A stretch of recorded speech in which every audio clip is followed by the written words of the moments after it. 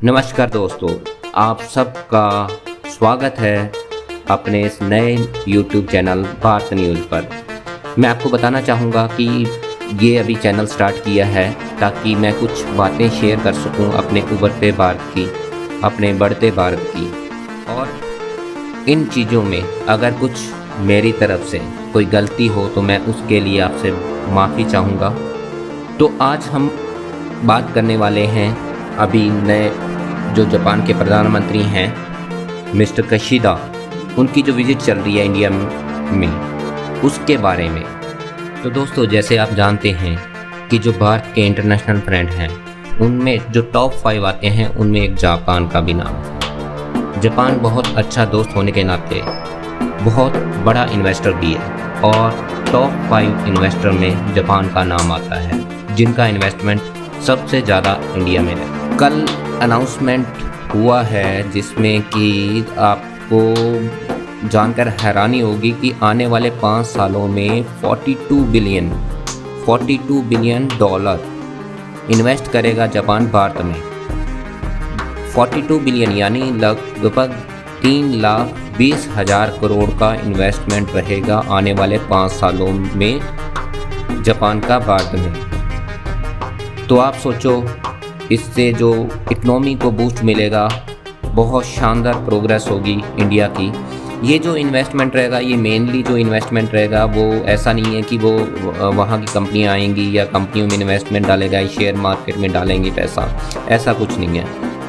इनका जो main investment रहेगा वो रेलवे कॉरिडोर, जो अपने नए फ्रेट कॉरिडोर बन रहे हैं उनके डेवलपमेंट में। इसके अलावा नेशनल हाईवे, जो एक्सप्रेस हाईवे बोलें या नेशनल हाईवे बोलें, काम अभी फर्स्ट बुलेट ट्रेन का चल रहा है अहमदाबाद से मुंबई के बीच में। इसके अलावा भी कुछ बुलेट ट्रेन के आई थिंक प्रोजेक्ट चालू होंगे आने वाले कुछ टाइमों में। तो मेनली जापान का फोकस है इंडिया के इंफ्रास्ट्रक्चर को डेवलप करने में। इससे बेनिफिट क्या होगा, आप सोचें 3,20,000 करोड़ का जो इन्वेस्टमेंट आएगा, उससे ये जो इंफ्रास्ट्रक्चर डेवलप होगा, इससे इंडिया का जो अपने कहते हैं ना कि इंडिया में जो अट्रैक्शन रहेगा इन्वेस्टमेंट का, फॉरेन का, वो और ज़्यादा होगा। क्योंकि जितना ज़्यादा अच्छी कनेक्टिविटी बाहर की कंपनियों को इंडिया में मिलेगी, उससे उनके लॉजिस्टिक कॉस्ट भी कम होती है और एक जगह से दूसरे जगह में जो उनका रॉ मटेरियल या अपने फाइनल प्रोडक्ट होता है उसको पहुंचाने की कॉस्ट भी बहुत कम आती है। तो ये तो एक शुरुआत है, इससे आने वाले टाइम में काफ़ी आप कहीं तो जॉब क्रिएट होंगी, क्योंकि जितना इंफ्रास्ट्रक्चर डेवलप होगा उसके लिए लेबर चाहिए होती है, जॉब चाहिए होंगी, उसमें कंपनियों का इन्वेस्टमेंट रहेगा, हज़ारों कंपनियां उससे जुड़ेंगी। तो ये इंडिया के लिए बहुत अच्छी चीज़ है। और मैं तो कहता हूँ कि ये जो अभी 3,20,000 करोड़ का इन्वेस्टमेंट है, ये सिर्फ एक शुरुआत है। इसको देखा देखी जितनी भी यूरोप यानी वेस्टर्न कंट्री हैं वो भी इंडिया में अपना इन्वेस्टमेंट करेंगी, क्योंकि कहीं ना कहीं उनको भी लगेगा कि आने वाले टाइम में इंडिया बहुत बड़ा इकनॉमी हब बन जाएगा, जिसका फ़ायदा वो भी उठाना चाहेंगे। तो ये बहुत अच्छी बात है इंडिया के लिए। इसके साथ अभी जैसे आप लास्ट टाइम से देख रहे हो कि इंडिया का काफ़ी इन्वेस्टमेंट अपने नॉर्थ ईस्ट स्टेट में चल रहा है। उनमें कनेक्टिविटी प्रॉपर करने के लिए, रोड कंस्ट्रक्शन के लिए, ब्रिज कंस्ट्रक्शन के लिए जापान का काफ़ी बड़ा इन्वेस्टमेंट वहाँ पे भी हुआ है, जिससे क्या वहाँ के लोगों को कनेक्टिविटी अच्छी होगी। और जो अपने पड़ोसी चाइना की जो दादागिरी है, उसका जो मतलब अरुणाचल को और सिक्किम को लेके एक जो मतलब नज़रिया रहता है कि वो उसका पार्ट है, तो उसको मुंह तोड़ जवाब देने में हेल्प मिलेगी। और दोस्तों, बताना चाहूँगा कि ये जो इन्वेस्टमेंट जापान का इंडिया में आ रहा है, इसका कहीं ना कहीं जो इसका कारण है वो चाइना भी है। जापान चाहता है कि जो चाइना की मोनोपोली है पूरे वर्ल्ड में, जैसे आप और हम सब जानते हैं, चाइना को प्रोडक्शन हब या पूरे वर्ल्ड की फैक्ट्री कहा जाता है।